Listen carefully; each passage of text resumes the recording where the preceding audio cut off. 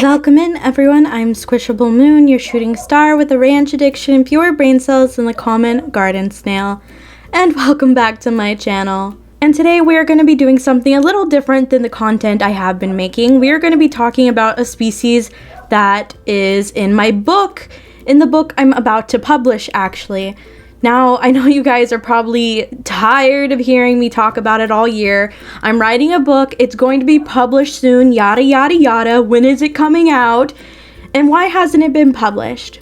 Well, unfortunately, the editing process has been taking longer than I would have liked, but that's just something that happens when writing a book. And I want the book to come out as good as possible before publishing.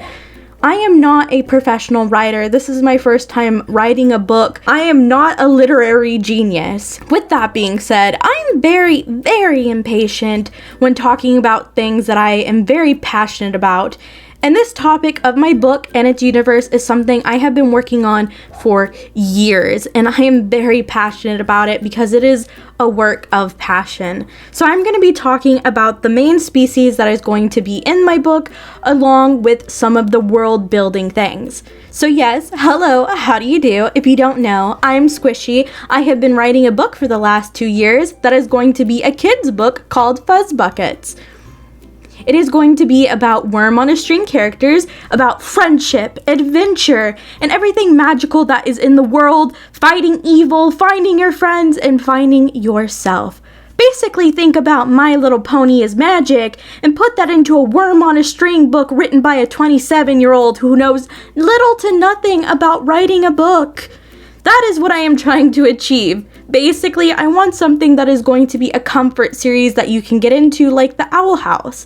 But it's simple enough for all ages to enjoy, like My Little Pony. And in that series, the main protagonist is a worm on a string type creature that I came up with myself. Now, in no way is my character anything special or unique in concept on the internet. I have seen thousands of worm on a string creatures since forever ago. And if you want to make one, go ahead. You don't have to make one based off of my species. You don't have to claim it's part of my universe if you don't want to. Rip off my concept, steal my concept. I can do nothing about it, and I do not care.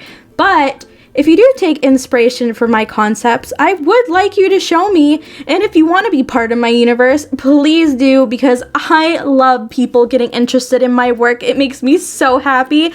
So as long as you're not straight up copying my characters, I will come after you and hide you in my basement. I do not care what you do. So first things first, what is my species called? They are called fuzzies. Not the most unique name, I know, but I think it fits quite well, especially since this book is going to be called Fuzz Buckets.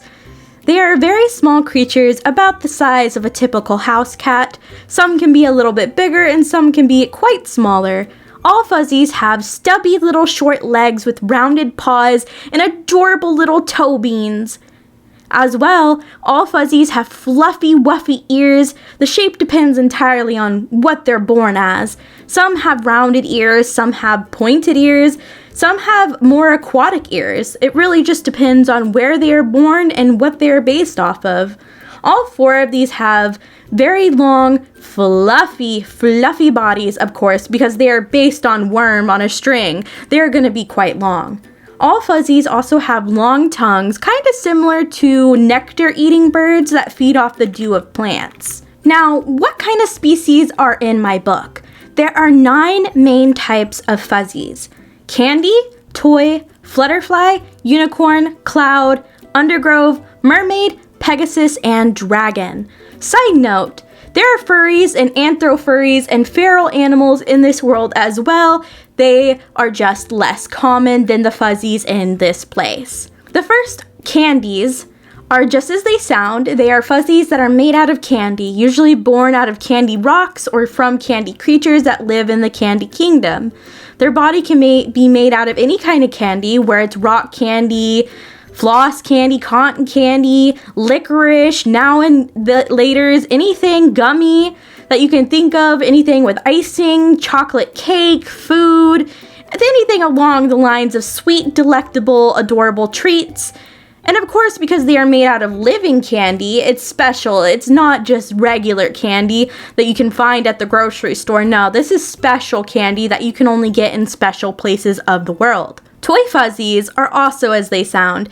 They are fuzzies that are made from toys, whether that be fabric, plastic, metal, or wood. They are basically inanimate objects that have come to life that are in the shape of fuzzies. Similar to candy fuzzies, they are made out of special types of living material that allow them to walk, talk, and think like other fuzzies. Their insides are made out of whatever they are made out of, cotton or other types of wood properties. But basically, they're a walking toy that happens to be in the shape of a fuzzy. Flutterfly fuzzies are a very rare type of fuzzy that have gone almost extinct in Yonder Grove. They are a fuzzy that have large butterfly or bug-like wings that allow them to flutter like bugs. While similar to Pegasi fuzzies, like having wings, they are able to fly, but they are not able to fly very high into the sky or very fast and must stay low to the ground at all times. Unicorn fuzzies are fuzzies that have a unicorn horn that allow them to use magic. All unicorn fuzzies have a very unique horn that is different from any other unicorn horn in Yonder Grove. No two horns will be the same. Even if you are born with twins, their horns are going to be different. Pegasi fuzzies, or fuzzies that have feathered wings that allow them to soar in the skies very high up and allow them to go wherever they want for long periods of time. Similar to birds, their bones are made hollow. This allows them to fly at different rates of speeds and allow them to reach much higher altitudes. Mermaid fuzzies are fuzzies that are born with the ability to have a tail when in water. Their fur is also a little bit different, being coarser and allowing water to bead directly off of their fur, making it hard for them to get wet. Mermaid fuzzies are also gifted with a very long hair and a beautiful sounding voice. Some mermaid fuzzies also can have wings, though they cannot do magic. Undergrove fuzzies are fuzzies that are based off of animals or have animal characteristics similar to that of the animals they grow up around. This means they can look like a skunk, a raccoon, a cat, a bunny, or any kind of animal you can think of. Undergrove fuzzies are able to have horns and wings without falling into other categories because they're usually take after other animals in these aspects and don't quite meet the qualifications for other categories. Cloud fuzzies. Cloud fuzzies are a rare type of fuzzy that live in the cloud city. They are made out of living clouds and often look like extremely fluffy that need to be sheared sheep. They are often able to walk on clouds and control weather in some aspects. Cloud fuzzies, while being born in the cloud city, do not have wings or horns to walk on the clouds and will often need help to be able to reach the ground. Dragon fuzzies. Dragon fuzzies are born in the Dragonlands and take after different kinds of dragons, often having large horns, spikes, scales, along with fur, while not having a horn and usually having 2 horns instead of the 1. Dragon fuzzies are also able to control elemental magic like fire, ice, wind, earth, all of that jazz. Dragon fuzzies are also very strong and often are very territorial of where they live. Now, how exactly are fuzzies born? They are born from small eggs. They lay eggs to reproduce. A lot of their biology is based off of earthworms, just with a bit of tweaking here and there from chickens and cats. I do have some ideas about incubation, thinking different races of fuzzies have different ways to keep their eggs warm and safe. Some keeping them in flower buds, others maybe keeping them surrounded by candy, and maybe others keeping them roasted by a fire. I like to think depending on the parents and the way they are incubated is what determines the race they are born as. If the parents were to say dragons and they use crystal candy from the Candy Kingdom to hatch their eggs, maybe you'd get a candy dragon. I also like to think that any sex can reproduce eggs. They can function as either male or female depending on what time they are needed as. So 2 girls can make eggs, 2 boys can make eggs, and so on and so forth. Any sex can have whatever they want. Any sex can have eggs. This is also mainly based on worms. I mainly wanted to include this because I think it would be interesting in the show that I am wanting to make for my book, having to have males laying eggs as well, because I feel like men don't get a lot of the chance to experience what women have to go through childbirth and childcare, and also because Imagine the ships. If you want to ship 2 boy characters, I'm not going to stop you from making eggs. No one's going to stop you from making eggs in my book. You can ship whatever you want. I don't care. When they're born from their eggs, they are very small, about the size of kiwi fruit, fully covered in fur, of course. However, they cannot see or hear until about 3 weeks old. During this time, they are very fragile and delicate and must be looked at almost 24/7. All eggs are special colored and patterned depending on what the child might be colored as.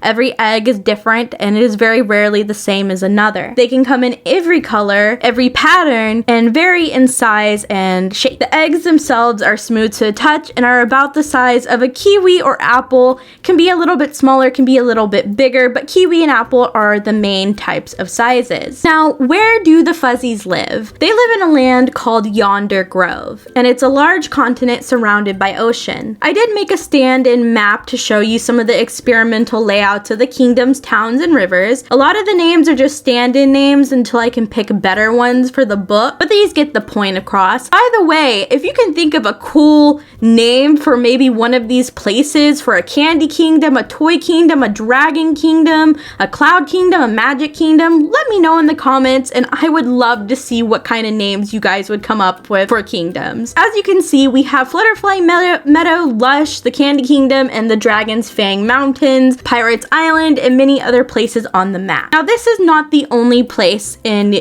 Yonder Grove. There are many continents outside of Yonder Grove. However, not much is known outside of Yonder Grove. Yonder Grove is also mostly inhabited by fuzzy creatures. It's not uncommon for other animals to live in Yonder Grove. However, they are the minority. Some of the other types of animals you may see are flamingos, otters, bunnies, and sheep. Some of the rarer animals you might see are wolves, foxes, and birds of prey like owls. Time period. Now, another thing we may want to consider is time period when talking about my universe. Is it going to definitely be a mix of modern day and medieval?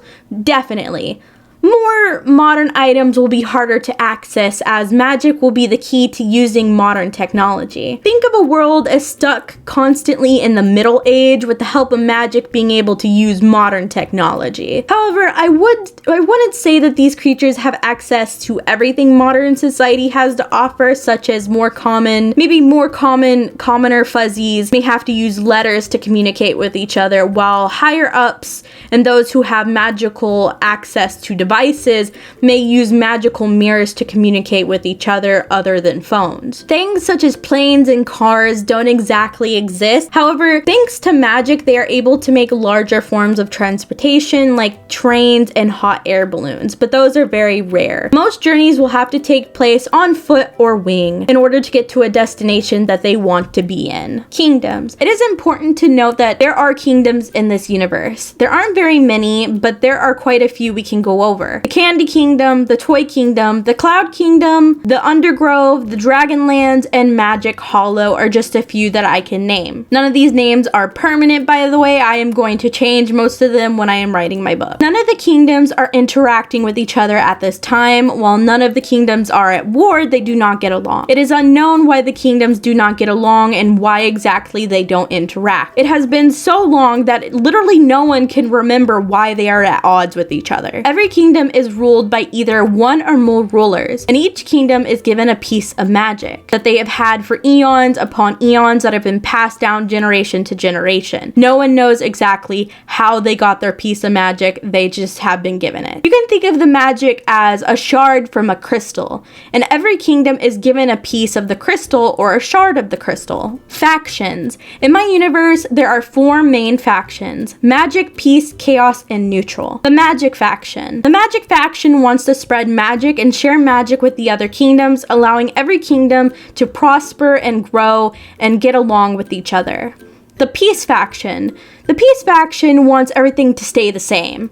not better nor worse. They want peace to keep living amongst their people as they choose without interacting with other kingdoms. The Chaos faction wants to keep all magic for themselves or steal magic from other more powerful kingdoms. The Neutral faction doesn't want to pick sides and chooses to just watch as everything happens. This is everything I have for my universe so far. Well, not everything. I have more, but I can't just give it to you. I'm sorry. You're gonna have to wait until my book comes out, but I just wanted to share more of my universe with you guys so bad because I have been working on it so long and I love it so much. It is just a passion project for me and I really hope you guys like it. With that being said, we are going to hold another raffle. I am going to be raffling off some adorable little fuzzies. If you like them, feel free to comment the number below of which one you will like and you are entered into the raffle. With that being said, I truly hope you guys enjoyed the video. I had so much fun making it. See you guys next time and I hope all your dreams come true. Bye bye.